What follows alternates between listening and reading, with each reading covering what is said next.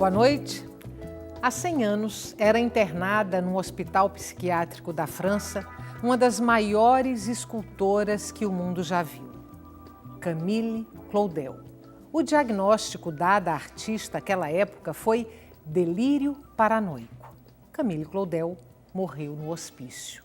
Assim como ela, outros artistas geniais sofreram a incompreensão da sua época e acabaram pagando um preço muito alto por isso. O pintor Van Gogh, por exemplo, que em vida vendeu apenas um único quadro. Também Van Gogh foi internado no manicômio. Do lado de cá, no Brasil, coube a um sergipano descendente de escravos e que viveu 50 anos sob o teto de um hospital psiquiátrico ser apontado como precursor da arte pop, um surpreendente artista de vanguarda, Arthur Bispo do Rosário. Esses 3 nomes sugerem o tema do Opinião Pernambuco de hoje, arte e loucura. Mas se você preferir, o tema do programa também pode ser a margem da vida, a dor que sentimos ou a poética do delírio. Você escolhe. Participam do debate a atriz Seronha Pontes, a artista pesquisadora Ingrid Kaline de Souza e você que pode participar do programa enviando perguntas e comentários para o e-mail opiniãotvu@gmail.com, pelo telefone 3423-6836 ou pelo Twitter @opiniãope. Boa noite. Boa noite. Prazer enorme ter vocês aqui hoje. Vou começar com você, Ingrid. Queria que você me falasse um pouquinho da sua experiência como artista e como pesquisadora, exatamente nesse ambiente psiquiátrico e aí com esses pacientes experimentando, vendo como eles vivenciam essa experiência com a arte. Então, eu tenho um projeto que se chama Doida de Pedra. É um projeto que existe há um pouco mais de um ano e surgiu muito do acaso, quando eu vi uma exposição de arte feita por pacientes no Rio de Janeiro, em Santa Teresa. Pacientes psiquiátricos. E era uma exposição chamada Insensata, Mostra Insensata. E quem me convidou foi uma paciente psiquiátrica do nada na parada de ônibus. E eu acompanhei ela. E me deparei... Do acaso, né? Do acaso. E aí eu me deparei com um mundo na minha frente. Me deparei com coisas que eu não conhecia, pessoas que têm uma criatividade muito aguçada, pessoas muito sensíveis e, ao mesmo tempo, estão na margem. Voltei para Recife com esse pensamento e com vontade de experimentar as relações entre arte e loucura. Então, começou a brotar o Doida de Pedra. Começou pela teoria, com estudos, relatos, e desde agosto desse ano que é colocado em prática através de uma mostra chamada Internação, Ações Performáticas para Doido Ver, dentro do Hospital Psiquiátrico Ulisses Pernambucano, e que a gente convida artistas para participar levando performances para dentro do hospital.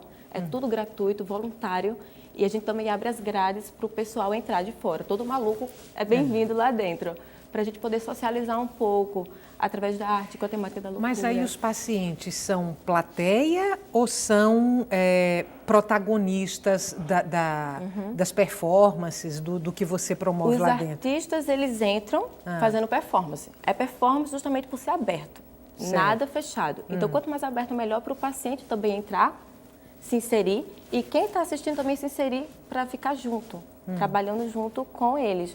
Então, os pacientes, eles criam ao mesmo tempo a sua linguagem quando está trabalhando em conjunto com o artista. O artista sai de lá com uma outra visão do seu próprio trabalho e o paciente sai de lá pedindo pelo artista voltar. Então, é uma troca que acontece. E é um projeto que está deixando a gente muito feliz. Aconteceu em agosto, setembro, outubro, novembro. Foram esses 4 meses. Todo último sábado, às 10 horas da manhã, a gente fazia essa mostra. Levávamos 3 mostras de performances para lá e uma última, algo que fosse bem de catarse. Vamos se divertir. Dança cigana, maracatu, aconteceu muita coisa. Seronha, eu abri esse programa falando de Camille Claudel. Sim. E você acaba de Você vem de uma temporada agora muito recente, de um espetáculo, um monólogo, em que você interpreta Camille Claudel. Queria que você me falasse de como foi essa escolha, como é que você chegou em Camille e como foi essa experiência de interpretá-la, de levar Camille para o palco. Tá. Minha mãe é escultora, então, de algum modo, eu não sou uma expert no assunto, mas tenho uma sensibilidade já, porque eu cresci vendo minha mãe produzindo em casa. Mas, apesar disso, demorei muito a conhecer a Camille artista. Passei até depois dos 20 anos entendendo a Camille como a amante do Rodin. Eu estudava filosofia e aí eu tinha camisetas com esculturas do Rodin, o Pensador, outras coisas, As Portas do Inferno. Camille era sempre como a amante do Rodin e eu nunca me interessei pela história dos amantes. Ficava assim. Até que um dia eu tive a sorte de estar mais sensível e uma amiga me apresentou, eu tinha 25 anos, ela me apresentou Sakuntala, que é uma escultura de Camille, e aí foi a primeira vez, enfim, que eu me abri os olhos para aquela mulher. Eu perguntei, quem fez isso? Ela falou, Camille Claudel, aquela que foi amante do... Aí aquilo já era muito pequeno, assim. E aí veio Sakuntala, a Pequena Castelã, e a Implorante, enfim, toda a galeria das figuras de Camille aparecendo ali na minha frente. Eu fiquei muito fascinada pela obra dela, inicialmente a obra dela. E aí essa mesma amiga falou, você já leu a correspondência dela? Eu, não. Aí ela também, eu devo a ela isso, ela me apresentou Camille de fato. E eu fui ler a correspondência de Camille.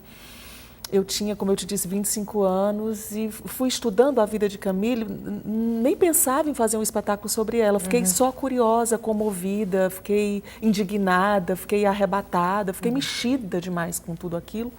E depois de um longo tempo que eu já vinha lendo, pesquisando, os amigos começaram a me apresentar coisas a respeito, tudo que eles viam de material traziam para mim. Falei, eu acho que eu quero falar sobre ela. E meu caminho é o teatro porque é dessa forma que eu me comunico. Mas ainda assim eu levei 9 anos para estrear esse espetáculo. Estreou em 2006 lá no Ceará. Fiquei 1 ano e meio em cartaz lá e viajando. Passei pelo Recife ainda em 2006. E do final de 2007 eu abandonei o espetáculo porque fui embora para Foz do Iguaçu por razões alheias ao teatro e acabou que me distanciei. E só no ano passado, quando o Coletivo Angu de Teatro ganhou um edital de ocupação de um teatro da Funarte no Rio de Janeiro, essa ocupação duraria 6 meses. E eles convidaram Camille Claudel para integrar a programação no mês da mulher. Aí veja que feliz coincidência, no março desse ano, quando eu entrei em temporada lá no Rio de Janeiro, fazia exatamente 100 anos da internação de Camille. E ela foi internada em março. Há 100 anos atrás. E em outubro desse ano fez 70 anos da morte dela. Eu estava loucamente ensaiando para a temporada no Recife, que se encerrou domingo passado, aniversário de Camille Claudel. Então tem uma série de datas significativas que me arrastaram para esse ano. Há quem diga que nada é por acaso. Então... A gente vai fazer um intervalo curtinho, volta daqui a pouco para continuar esse debate sobre arte e loucura e no próximo bloco, com a participação do músico Gonzaga Leal, a gente volta já.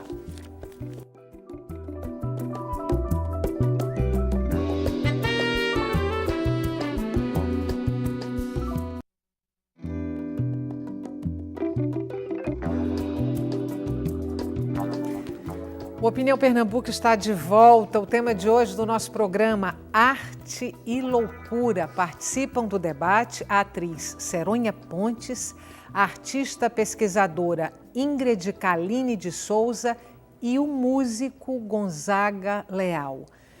Gonzaga Leal, boa noite. Boa noite. Músico e ali atrás psicanalista. Ex-cuidador. Quanto tempo você ficou com a psicanálise, trabalhando como psicanalista? Eu fiquei quase 20 anos. É? E trocou a psicanálise pela música? A música sempre fez parte da minha vida. E, em verdade, assim, a opção não dava para levar as duas coisas juntos.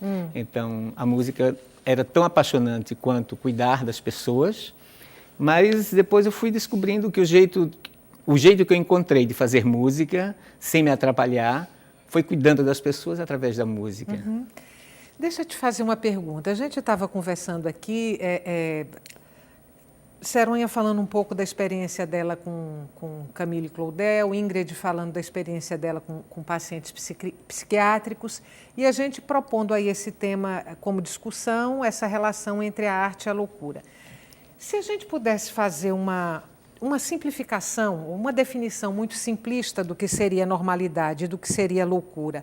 A normalidade, transitariam aí na normalidade aquelas pessoas que estão ajustadas a um padrão vigente e se avizinhariam, entre aspas, da loucura exatamente aquelas pessoas que estão à margem desse padrão? Pode ser assim uma definição? Pode, mas hoje eu tenho uma posição talvez até mais radical com relação a essa questão do desassossego daqueles que estão à margem do discurso oficial. E o que eu penso hoje é até um tanto quanto distanciado da clínica, distanciado das teorias, dos paradigmas que, de uma certa forma, enquadram as pessoas. Eu prefiro dizer que hoje as pessoas, me apropriar do que Artaud falou, que o ser possui estados inumeráveis e cada vez mais perigosos. Então, partindo dessa ideia do Artaud, a gente pode entender o que é saúde, o que é normalidade, o que é loucura e o que é desassossego.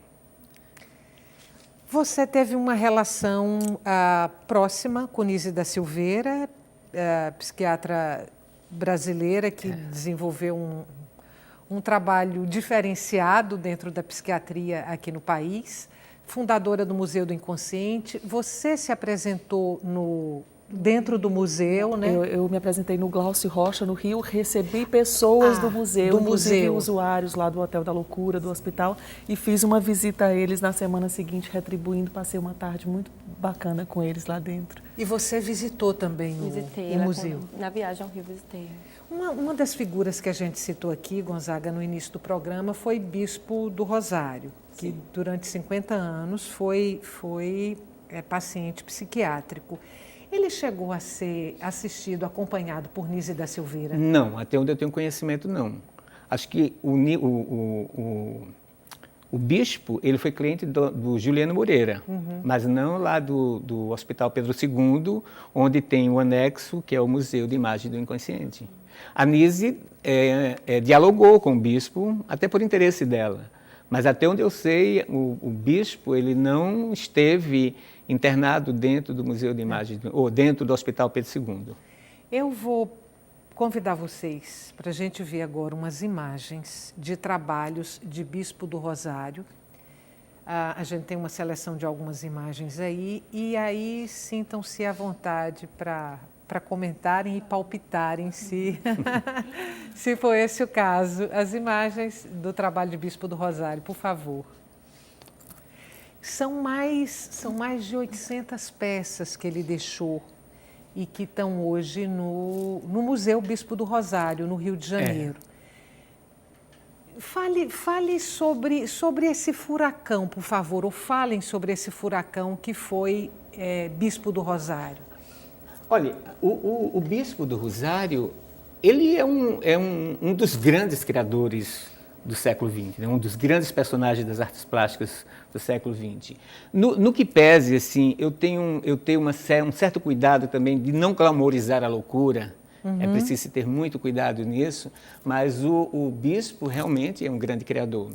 Então, esse rapaz, ele vivia dentro de uma cela, preso, tido como um paciente absolutamente perigoso, inacessível, e através de uma psicóloga sensível, educada e curiosa, um dia aborda o bispo. E ela é prevenida de que não valeria a pena chegar até ele, porque ela poderia ser vítima de uma agressão, mas ela, com toda a ousadia e com toda a curiosidade, ela abordou o bispo. E qual foi a surpresa dela? Ela encontra dentro da cela do bispo um grande arsenal de artes plásticas. E é como o bispo é descoberto.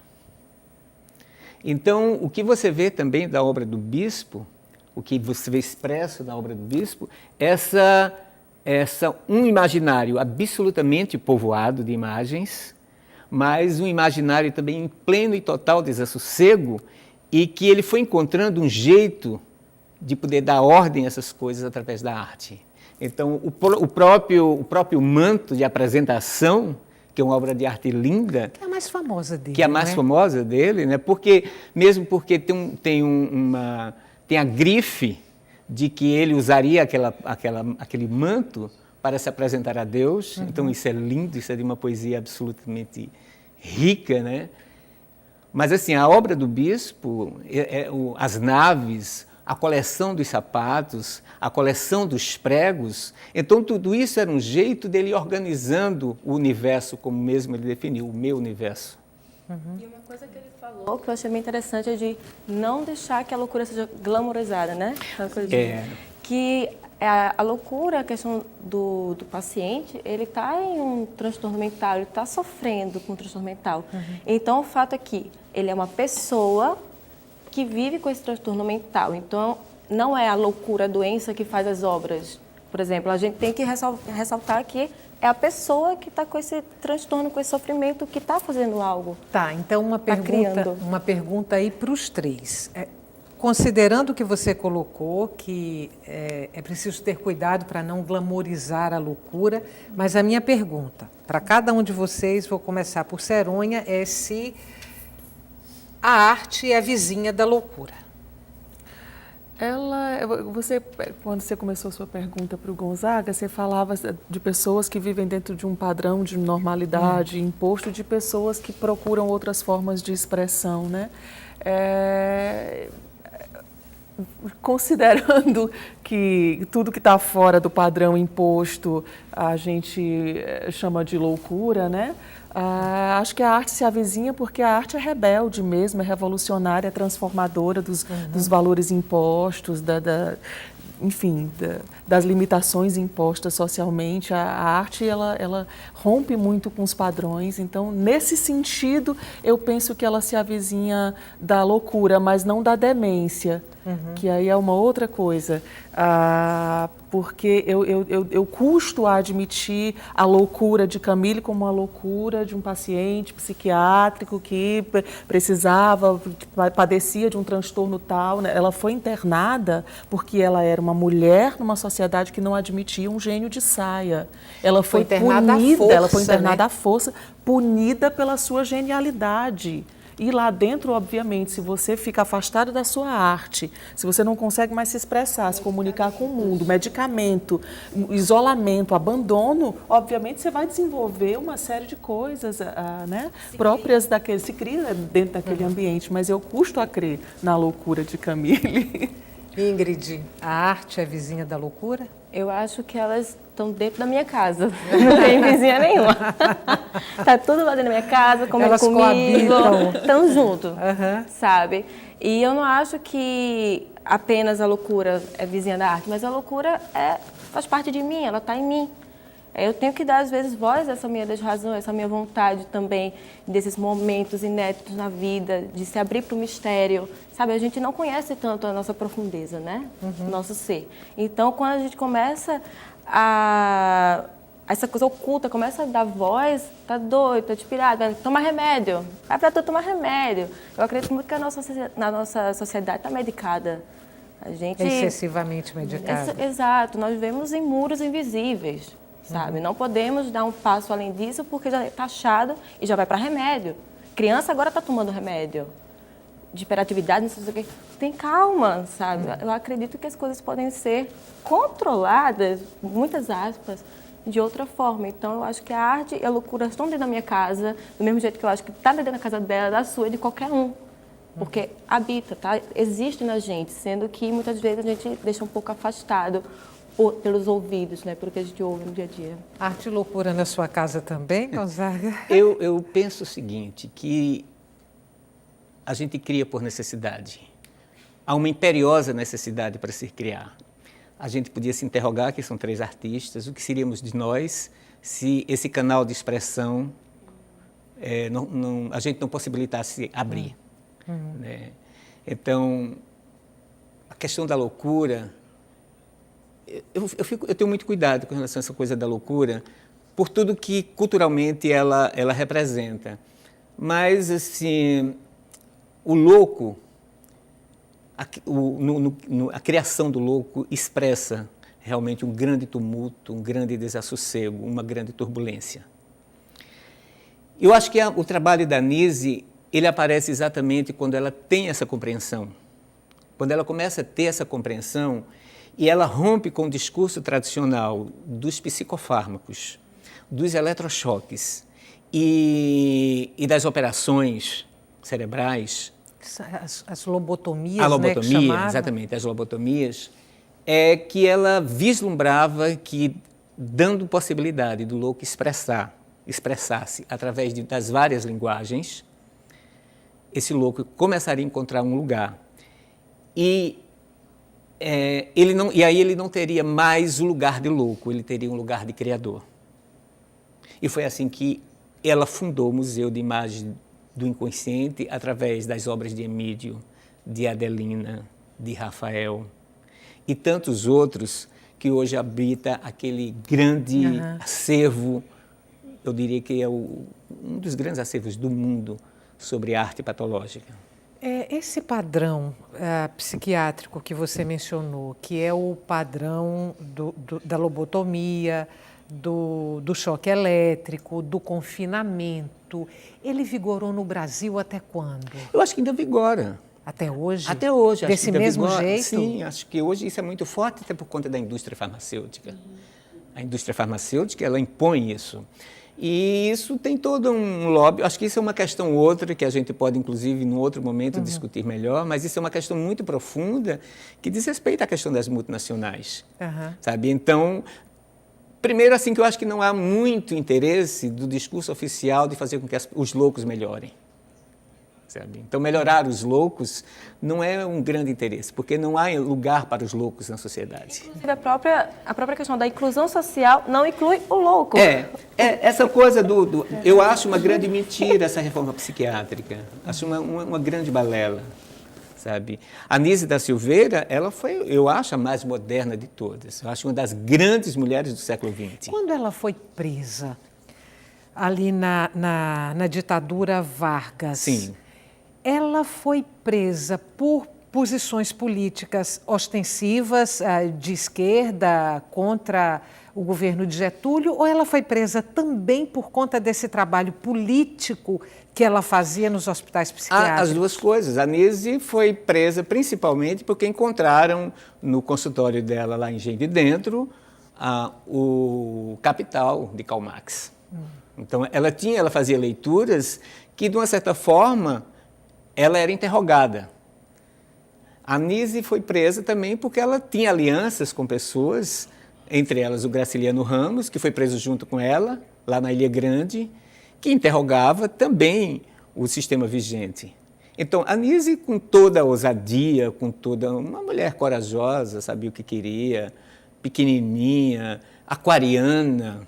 Era aquariana? Aquariana, 15 de fevereiro. Sabe, valente, uma mulher que numa turma de 200 homens, ela foi a única médica, sabe? Casada com um sanitarista. Ela vai para o serviço público, e ela chega no serviço público e o chefe dela manda ela dar eletrochoque nos pacientes. Ela se recusa, ela diz que não vai fazer aquilo. Ela prefere entrar na contramão de abordagem desses pacientes. E ela começa a dar tintas, cavaletes, pincéis para os loucos pintarem. E quis o destino que ela fosse companheira de cela de Olga Benário Prestes, Sim, né? eram amigas, né? Elas eram amigas. Antes, elas eram amigas, né? A Anísia, ela teve também uma mulher inteligente. Ela nunca quis nada com os psiquiatras, nem com os psicanalistas. Ela quis as alianças da Anísia foi com os artistas. Eu tive a oportunidade de conhecer grandes nomes do teatro, da música, convivendo com a Anísia. A exemplo do Fauzi Arap. Que morreu agora há poucos dias, 4 dias atrás. Então, o Anísia levou o Fauzi Arap para trabalhar na Casa das Palmeiras. O primeiro show da Bethânia, o Rosa dos Ventos, ele foi gestado dentro da Casa das Palmeiras. Foi Fauzi Arap quem dirigiu A Paixão Segundo GH, texto de Clarice Lispector levado para o teatro? Não sei. Eu também agora não me recordo se foi ele. Quero falar de Camille Claudel. Agora, antes de eu falar de Camille Claudel, quero que você me responda só uma pergunta. Quando você disse assim, vou deixar a psicanálise para ser músico, alguém disse, mas isso é uma loucura? Sim, sim. A começar da minha família, né? Embora a música fosse anterior a tudo isso. Né?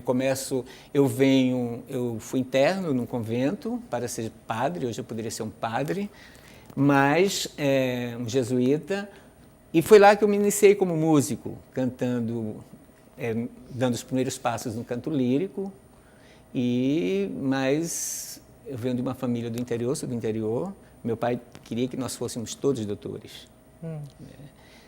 Mas essa coisa, a música sempre andou paralelo comigo, mas chegou um momento que ela foi mais forte e eu tive que fazer as escolhas. E acho que isso é uma das coisas que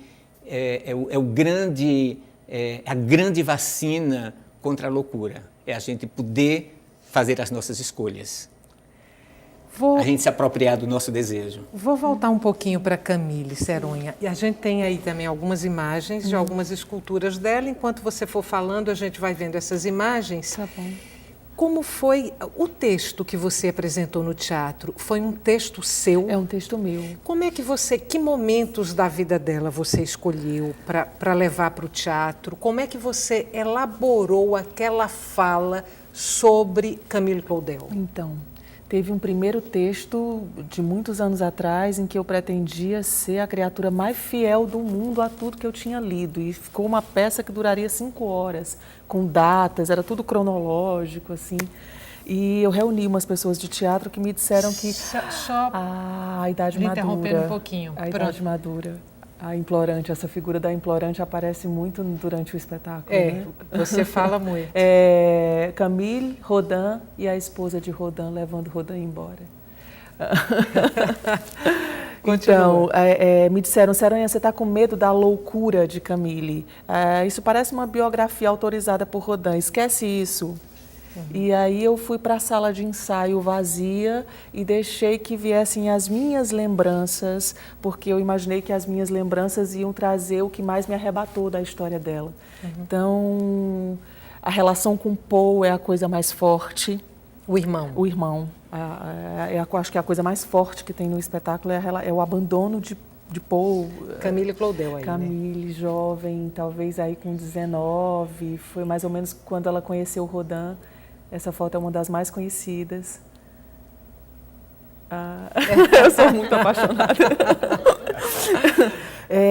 E aí tem depois que eu abandonei esse primeiro texto e que eu ousei a ver o que é que vinha do meu improviso, com base em tudo do que eu tinha me alimentado, eu resolvi me aproximar, veja que ousadia, que abuso, mas eu quis, imagina, me aproximar do estilo da escrita dela, porque ela tinha uma correspondência vasta e forte, e eu queria que a minha escrita se aproximasse daquilo para ser mais Camille.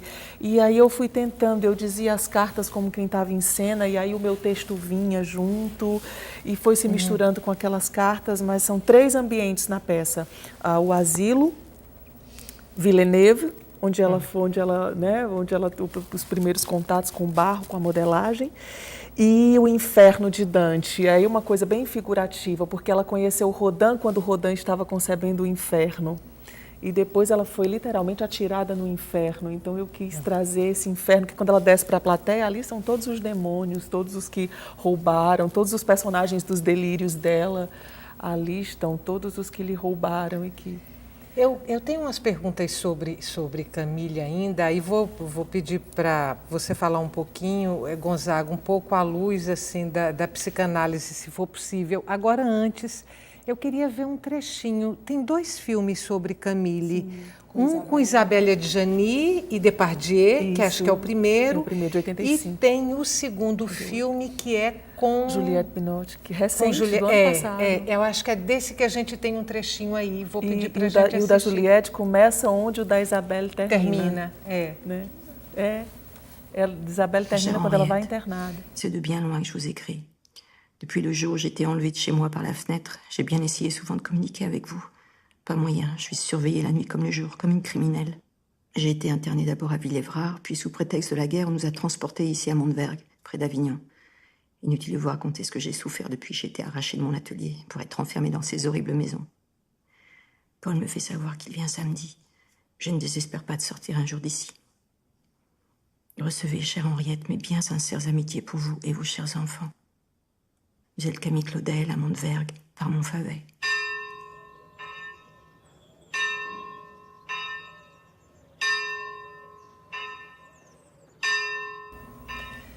Tem uma curiosidade que você pode me responder e vocês opinarem, se quiserem. Camille começa a apresentar desequilíbrios emocionais a partir da relação tempestuosa com Rodin. O abandono de Rodin, o abandono amoroso, mas antes disso, lá atrás, na infância, ela tem a experiência de ser rejeitada pela mãe. O que pode ter pesado mais para esse desconforto emocional que ela passou a viver e que terminou com uma triste história de morrer dentro do manicômio, de ser enterrada como indigente dentro do manicômio e lá dentro, durante 30 anos, abandonada por todo mundo. A mãe que nunca foi vê-la lá no hospício, enfim, o irmão que foi ver em 30 anos 12 vezes. É bem marcante. Eu não conheço a história de Camille, realmente eu não tenho familiaridade nenhuma. Eu conheço as obras da Camille, mas esses dados que você está me colocando me chamam muita atenção, porque é uma pessoa marcada pelo abandono. Mesmo louca, ela foi abandonada dentro do hospício. Então, isso já é uma coisa muito curiosa, não é? Para se pensar em alguém que traz consigo essa marca, essa marca do abandono. Então, lidar com o abandono é sempre muito complicado. Mas, ao mesmo tempo, uma mulher que ela enlouqueceu exatamente para não adoecer. Eu sempre fico pensando nisso, que a gente enlouquece para não adoecer e adoece para não enlouquecer. Se protege um pouco da loucura. E certamente que a forma como ela vai lidando com essas nuances dentro da alma dela, esse desassossego, é exatamente através desse tumulto que leva Camille a criar. E certamente essa escolha de conviver com Rodin, quer dizer, a gente também não escolhe as parcerias à toa. Você falou isso na abertura do programa, né? O que levou essa mulher a se aproximar, se enamorar e se afeiçoar do Rodin. E que, de uma certa forma, se culpabiliza muito Rodin pela loucura da Camille. Mas é um conjunto de várias coisas, não é? Mas isso é uma coisa muito forte, até onde eu sei, isso é uma coisa muito forte dentro da história da Camille Claudel, a relação dela com Rodin.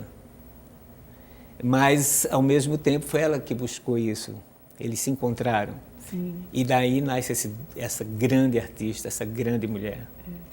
Ingrid, você ia falar? Eu penso que eles vivendo na mesma cidade, na mesma época, e dois gênios daquele tamanho, eu penso que é meio impossível que eles não se apaixonassem loucamente. E também não cabiam os dois juntos. Não né? cabiam. Os dois juntos. Essa que é a verdade. Eu acho que essa é a escolha que Rodin faz, assim. Sim. Ela era grande demais para que ele pudesse suportá-la. Eu também acho. Né? Inclusive superior a ele, vamos combinar. Vamos combinar. Adoro quando o homem diz isso.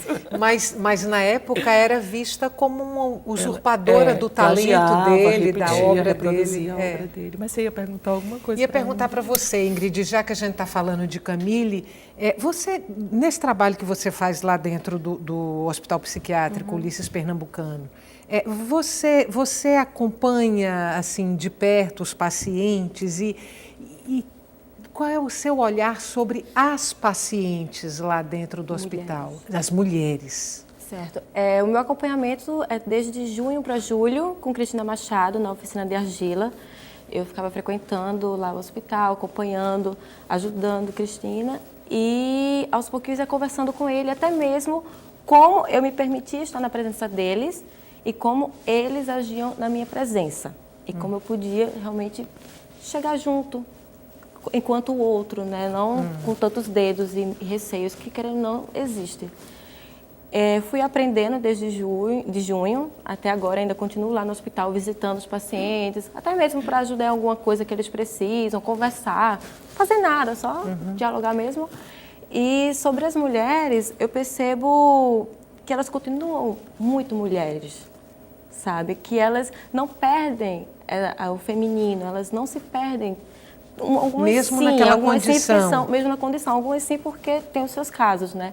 Mas eu percebo que elas continuam querendo sendo desejadas, elas continuam querendo se impor como mulheres, continuam na vaidade, sabe? Falam muito questão de abandono, nossa, falam muito sobre meu marido não vem, meu filho e questões assim. No próximo bloco você me diz se esse trabalho vai ser publicado, vai, enfim, ganhar uma outra linguagem. A gente vai fazer um intervalo curtinho, volta daqui a pouco para continuar essa conversa. Arte e loucura é o tema de hoje do Opinião Pernambuco. Você pode participar do nosso programa enviando perguntas e comentários para o e-mail opiniãotvu@gmail.com, pelo telefone 34236836 ou então pelo Twitter @opiniãope. A gente volta já.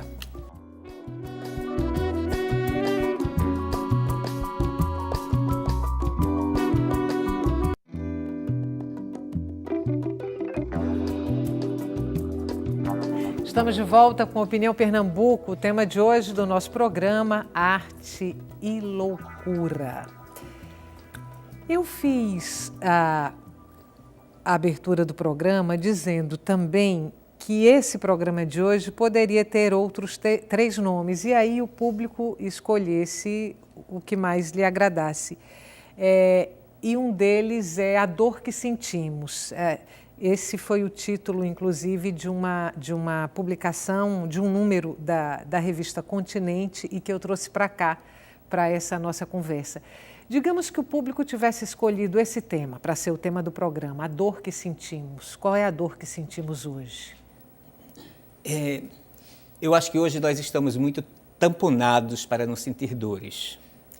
Nós vivemos dentro de uma sociedade que a todo instante, a toda hora, nós somos convidados a não adoecer e a não sentir dor. Nós não podemos ser frágeis, nós não podemos ter saudades, nós não podemos ser nós só podemos ser felizes, nós temos que estar sempre com um sorriso aberto e largo, nós temos que ser ricos, nós temos que ser bem-sucedidos, temos que ter sucesso. Então, esse é o apelo da sociedade, né? E nós, de uma certa forma, fazemos esse pacto. E aí onde se instala muita coisa, entre elas, essa coisa da dor que sentimos. Então, hoje não há muito espaço. Você veja a internet, hoje as pessoas são tamponadas pela internet.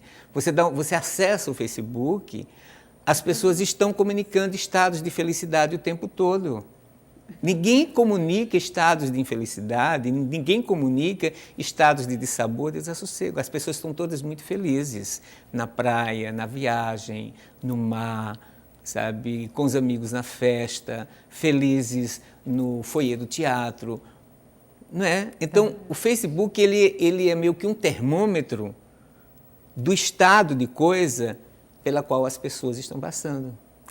Ô Gonzaga, essas nomenclaturas desses sofrimentos psíquicos contemporâneos, bipolaridade, a depressão que nem é tão contemporânea assim, transtorno obsessivo compulsivo, a síndrome de pânico. Síndrome de pânico, são só nomenclaturas novas ou são, de fato, doenças contemporâneas? Eu acho que são coisas que sempre existiram, elas ganharam uma outra formatação. Eu digo o seguinte, que a psicose, a loucura, ela é no mundo inteiro do mesmo jeito. Se você visitar um hospital psiquiátrico em Recife, você chega em Paris, você chega em Fortaleza, os loucos estão lá delirando, os loucos estão lá sofrendo, os loucos estão alucinando. Agora, se você pega o neurótico de Recife, é muito diferente do neurótico de Fortaleza, que é diferente do neurótico de Paris, que é diferente do neurótico de Nova York. Então, essas questões, essas produções culturais da doença enquanto produção cultural, ela tem uma relatividade. Agora, eu acho que essa coisa eu não sou a pessoa mais especializada e mais talhada para poder falar dessa questão, porque eu sou meio abusadinho com relação à questão dos rótulos. Uhum. Porque os rótulos, ele cumpre uma função, até como jogos de linguagem. As pessoas ficam jogando linguagens, né? E rotulam em função dos seus interesses, inclusive os médicos. Pois é, esses rótulos também servem à indústria farmacêutica? Não tenha dúvida, não tenha dúvida. Eu dou o diagnóstico para poder lhe receitar remédio A, B ou C. Sim, e claro que a indústria farmacêutica, ela cumpre uma função na relação com quem medica. Sabe? Porque é uma relação de troca, de um toma lá da cá, que é muito sedutor e muito embriagador. Então, quem se permite embriagar e se sentir seduzido, vai continuar rotulando e muito. Ingrid, esse trabalho que você está fazendo lá no Ulisses Pernambucano, ele vai ganhar outra forma? Ele vai sair lá de dentro? E se vai, de que maneira? O que a gente está fazendo lá no Ulisses, ele vai permanecer em 2014, se Deus quiser. Eu agora passei no mestrado na UNB, eu estou levando Doida de Pedra para lá, que também tem uma situação muito ruim, né, junto aos pacientes, mas com uma outra visão, uma visão de artista. Como essa vivência dentro de um ambiente hospitalar junto aos pacientes pode me afetar e assim eu posso produzir performances urbanas para lá para fora do hospital, enquanto o meu corpo... E, se possível, com o tempo, eles também produzirem comigo para a gente fazer alguma coisa junto.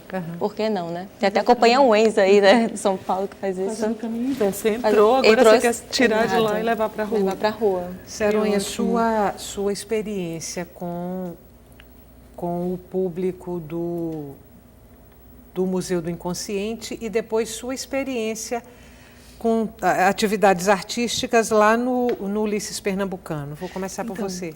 Antes da minha relação com o Museu do Inconsciente, quando eu ainda morava no Ceará, a gente conseguiu, junto com a Secretaria da Saúde, da Cultura, numa parceria, levar pacientes do CAPS de Fortaleza. Lotou o Teatro Sérgio Alencar com usuários, familiares, médicos, enfim, pessoas ligadas ao trabalho do CAPS. E foi uma experiência muito forte para mim, porque aquelas pessoas assistem ao espetáculo de dentro. Eles não estão lá para apreciar, eles nunca viram Sakuntala, A Pequena Castelã, As Portas do Inferno, O Pensador do Rodin.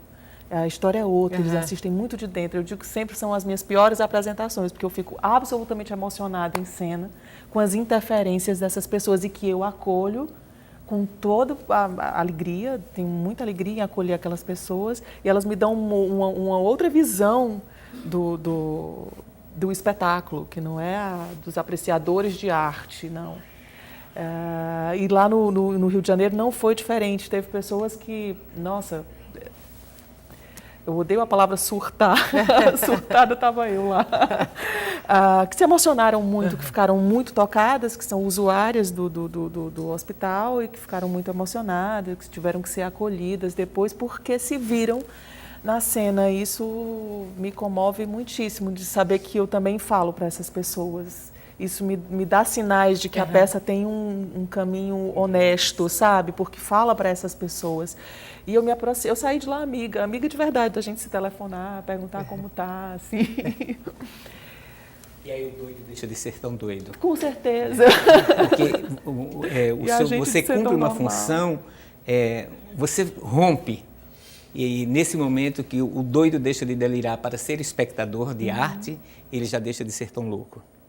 Então, é uma função social que, através do seu trabalho, você propõe ao louco. E eu acho que esse foi todo o destino da Nise, né? todo o itinerário da Nise. Tirar o louco sempre desse lugar através de um alcance pragmático. Porque eu acho que é isso que a Nise também foi antipatizada, porque tudo pela psicanálise, né? Por aqueles que estavam muito atentos para para o discurso dos anjos. A Nise não topava isso. A Nise queria que o louco tivesse um alcance pragmático. Tanto que a Nise levou os loucos para Emídio, Adelina e Rafael para uma das bienais de São Paulo. Você imagine, uma obra do louco, dos pacientes de Engenho de Dentro, frequentar a Bienal. A sua experiência, acho que com teatro lá no Ulisses Pernambucano? É o seguinte... Foi no Ulisses Pernambucano? Foi no Ulisses Pernambucano, foi em 94, 96, por aí. Foi no governo Miguel Arraes.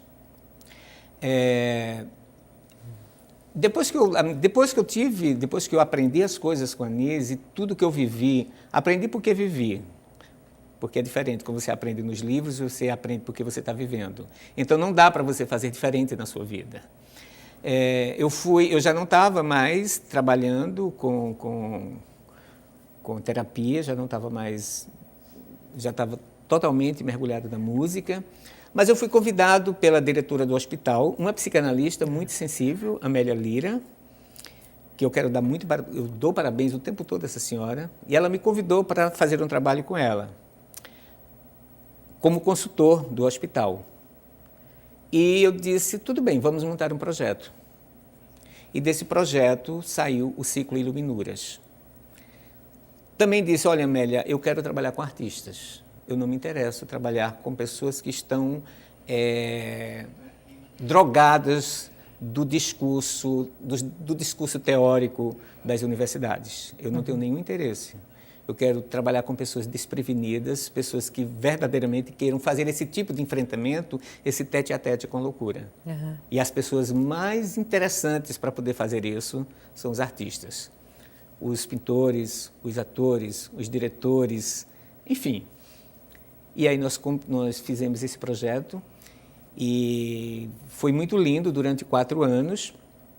Convidei o Antônio Cadengue. Antônio fez 2 montagens lá, muito felizes. Trouxe um menino lá do Grupo Piolim, de Fortaleza, de João Pessoa, não, o Luiz Carlos não, o Sevilho, para fazer o Van Gogh, com Elisa Todd. Eu conheci a Elisa em Paris, na época que eu estava por lá. E você sabe quem é a Elisa Todd, né? Diretora de teatro, uma colombiana, que é a esposa do Carlos Sandrone, etnomusicólogo, e eles vieram para Recife. Ela fez um percurso aqui. Eu vou aproveitar que você falou em Van Gogh. Enquanto você vai falando, vou chamar umas imagens de umas pinturas dele. Se eu não me engano, todas as imagens que a gente tem são quadros que ele pintou em Arles, que foi, afinal, onde ele teve o maior surto, né, de loucura e cortou a orelha. O estorpor maior, né, do e acabou sendo internado e lá morreu.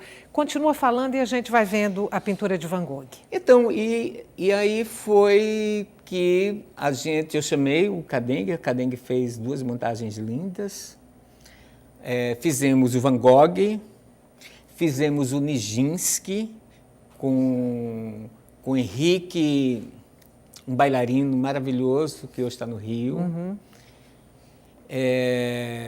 Fizemos Lima Barreto ao terceiro dia. Instalamos uma... Lima Barreto foi direção de Cadengue? Do Cadengue.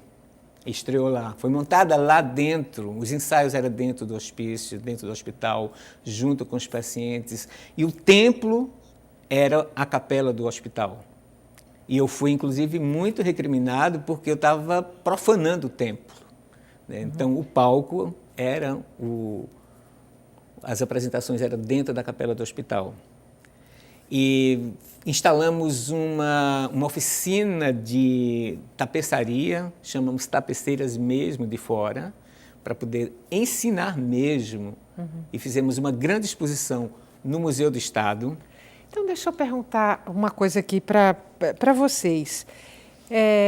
Quando a gente está falando aqui de pacientes psiquiátricos que se revelam artistas ou que desempenham atividades, habilidades artísticas, normalmente são habilidades manuais, ligadas às artes plásticas, aí a pintura, a escultura, o desenho, o bordado. Não tem um paciente psiquiátrico, artista, músico, um ator? Por que que eles se revelam mais pelas artes plásticas? Eu acho que, vê só, Estela, eu acho que isso é um cacuete. Acho que é um cacuete de abordar os pacientes dentro das instituições psiquiátricas. É como se fosse a via mais facilzinha, sabe, mais econômica e menos dispendiosa, sabe? Eu acho que isso tem implicações maiores, principalmente de chegar até o paciente. Acho que hoje nós temos um problema muito sério com relação às políticas de saúde mental. Esse problema sempre existiu e hoje está maior ainda, que são pessoas desequipadas internamente para cuidar das pessoas. Então, o discurso institucional, o discurso da academia, ele não equipa o sujeito para se aproximar do outro sujeito. Primeiro que no momento que ele se aproxima do outro, o outro, louco, ele deixa de ser sujeito. Ele passa a ser objeto. E no momento que ele passa a ser objeto para quem se coloca no lugar de sujeito, a abordagem muda. Eu acho que esse foi todo o percurso e todo o sofrimento da Nise no sentido de construir uma escola. E ela fez isso. Olha, E completando só o que ele disse, tem uma banda em Minas Gerais chamada São Doidos, lançaram agora um CD agora há pouco tempo, que é com pacientes, e existe um professor que fica ensinando a eles como tocar, como cantar, enfim, eles fazem todo o trabalho, já estão fazendo apresentações. Dentro do hospital eu fiz 2 vídeos com pacientes também, um foi com G, outro foi com Lucy. E G até hoje me acompanha muito nas coisas de artes que eu faço lá, até de vídeo, porque ela gosta muito de se expor, no sentido de conversar, de falar, de se mostrar. E esse vídeo que eu fiz chama-se 100 Maneiras de Hablar Doido, com S, que a gente fez junto, a gente sentou e eu disse, como é que te chamam, como é que é isso aí? Aí ela foi dizendo as formas, eu fui acrescentando, a gente fez 100 palavrinhas e eu disse, tu sabe ler? Eu não sabia disso, né? Pra gente filmar só a boca dela. Ela fez, sou pedagoga, me dá aí. E aí eu fiz, pra leitura é uma coisa, deixa comigo. Doido, não sei o quê, não sei o quê, não sei o quê. Começou a se jogar mesmo na proposta, né? E a gente fez a gravação, ficou bem bacana.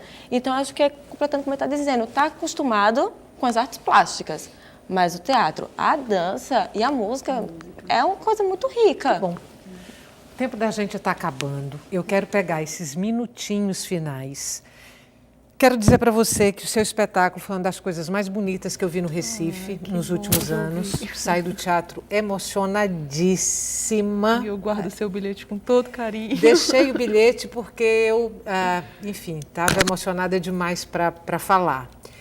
Queria muito que você voltasse com o espetáculo. Em janeiro. Em janeiro. A gente faz uma apresentação no Janeiro de Grandes Espetáculos. Somente esse espetáculo? Não tem planos para uma temporada? Não, agora, neste exato momento, não. Mas a gente não deve demorar a voltar, não. Certo. Imagina, mas no janeiro de Grandes Espetáculos, a gente faz uma apresentação. Camille Claudel. Os últimos segundos do programa para você. Quando é que tem show? Mostre os caminhos, diga para a gente os caminhos. Quando é que se apresenta? Então, eu estou com um CD novo na praça, né? Chama-se De Mim. É um CD, é um trabalho que eu estava 4 anos sem gravar. A minha banda ficava me dizendo, vamos gravar. Eu disse, não, eu vou gravar, não quero gravar canções, eu quero gravar o projeto. E nesse projeto eu estou falando de mim mesmo, estou falando da saudade, eu estou falando do tempo, estou falando de todas essas coisas que me atravessam. De um senhor de 56 anos que está se avizinhando de coisas muito importantes na vida, um outro momento. Então, eu também vou estar lançando esse CD no Janeiro de Grandes Espetáculos, dia 16, lá no Teatro Capiba, uma cenografia e direção de Marcondes Lima, vai cuidar de mim pela 3ª vez, enfim. Parabéns. Só uma coisinha, rapidinho. Quem quiser achar, Doida de Pedra está no Facebook, tá? facebook.com, Doida de Pedra com 3 As. Quem quiser dar uma olhadinha no que a gente está produzindo lá, pode chegar junto. Boa sorte para vocês, bom trabalho. Muito obrigada pela presença de vocês hoje aqui no Opinião Pernambuco. Para você que está em casa, muito obrigada pela companhia até agora. E o Opinião Pernambuco volta amanhã.